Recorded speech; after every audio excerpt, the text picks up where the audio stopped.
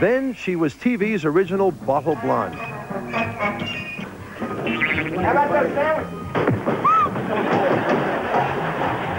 The most interesting thing about my Jeannie bottle that very few people know is that it was a whiskey bottle. It was the Christmas Jim Beam bottle in 1964 or 5. Now, Barbara Eden performs in nightclubs in America and markets the all-new Jeannie doll. All yours for just $1,000 US.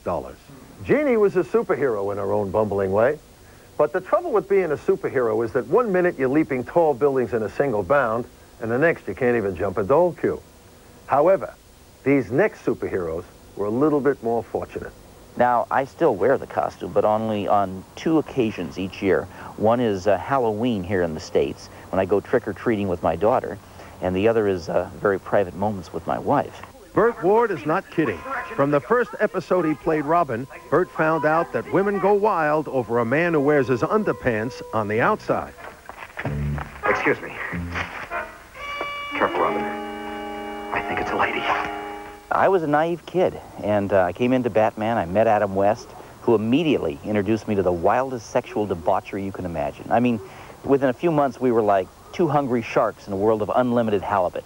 The sexual conquests of the dynamic duo are the subject of Burt Ward's new book, Boy Wonder, My Life in Tights. The pantyhose python was poised to strike, while his junior partner watched and learned. Like Dracula casting his spell upon beautiful young women to make them swoon helplessly, the senior member of the dynamic duo was in the final stages of preparing his evening meal.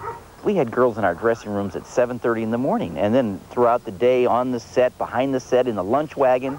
As the royalties from his red-hot memoirs roll in, Burt relaxes on his ranch, 90 kilometers east of L.A., raising, of all things, Great Danes. And while we chew over Burt's X-rated version of the Caped Crusaders' sexploits, how did the man who played Batman react to his revelations? Unfortunately, Adam is going through what I would best describe as holy damage control at home. He's been caught with his bat trunks down, and he's going through a holy weenie roast. Holy weenie roast? To the Batcave, Burt, and stay there till we call you. Hey, look, let's raise the tone a little with this next superhero. She was part robot, mostly human, and an all-American gal.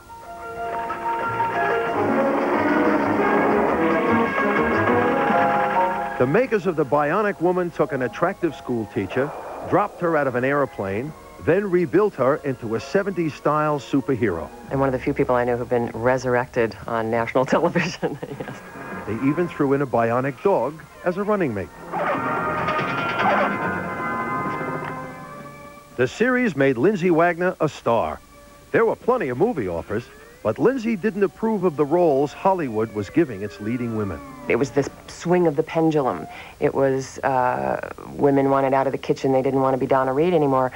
And so the movie's answer to that was fine. Take off your clothes, we'll rape you, we'll beat you, and we'll throw you out the window naked. So Lindsay made TV movies, lots of them.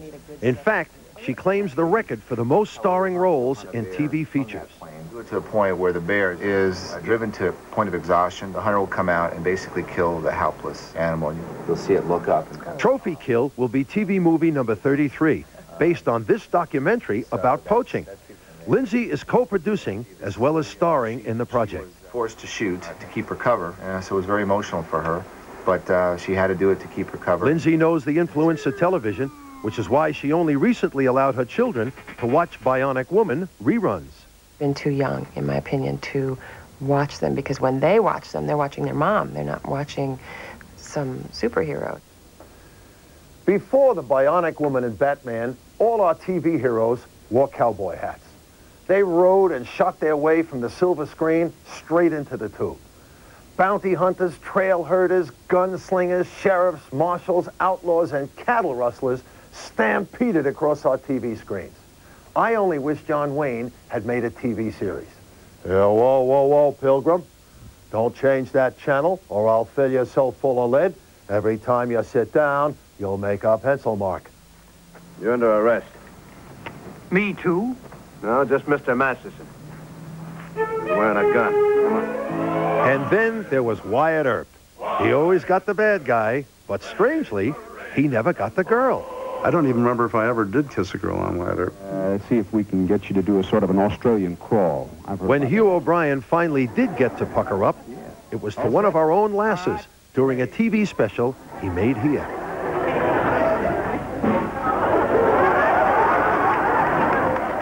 The Widowmaker now hangs on his office wall. But Hugh is still forging a better America with the Hugh O'Brien Youth Foundation. Its aims? Our purpose is to seek out, recognize, and develop leadership in high school sophomores, 15, 16-year-old young people. And we have quite a few young people that come to our World Congress from Australia. Hugh started the group after a chance meeting with Dr. Albert Schweitzer. One of the things that a great humanitarian said to me, the most important thing in education is teaching young people to think for themselves. And for all his popularity as Wyatt Earp, the growing army of new fans gives Hugh O'Brien the greatest pleasure. I average about 25,000 letters a year, and you couldn't give me $1 million for any one of them. Remember these? No, it's not one of Jeff Harvey's ferret. Could be. This is a coonskin cap from the days of Davey, Crockett, and Daniel Boone. Kids all around the world wore them. Well, the same man who played Davey Crockett played Daniel Boone, Fess Parker. Daniel Boone was a man, yes, a big man. Davey Crockett and Daniel Boone were pioneer shows for merchandising. It was worldwide. It encompassed every article from a toothbrush to window curtains. I would guess that the business would translate into perhaps $1 billion or so. Walt Disney gave Fess Parker 10% of all merchandising when he signed for Davy Crockett. And here's the windfall. Welcome to Fess Parker Wines in the Santa Ynez Valley, Santa Barbara. Mother Nature gives us a big leg up.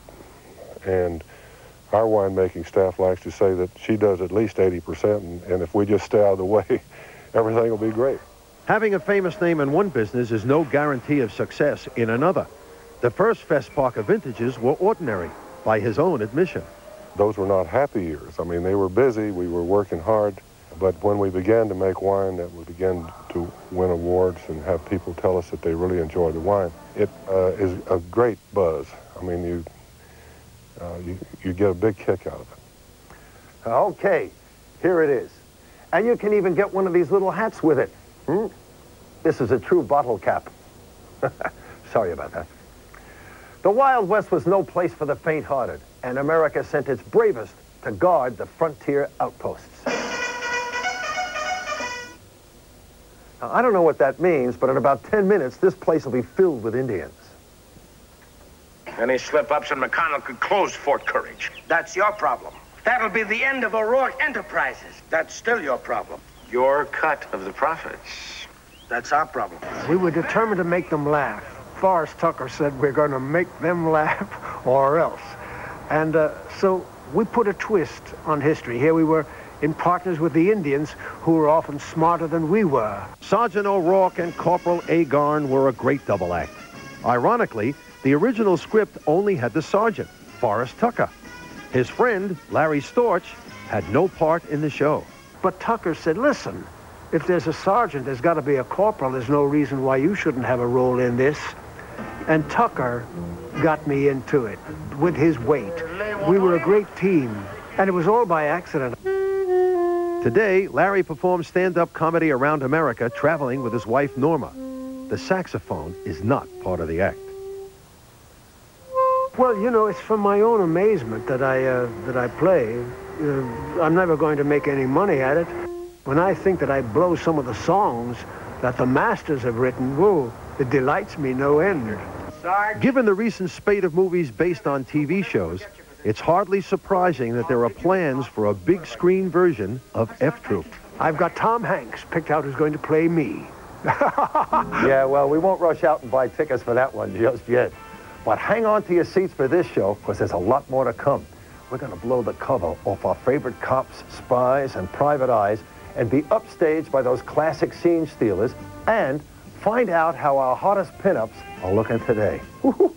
Next, the TV faces we know and love.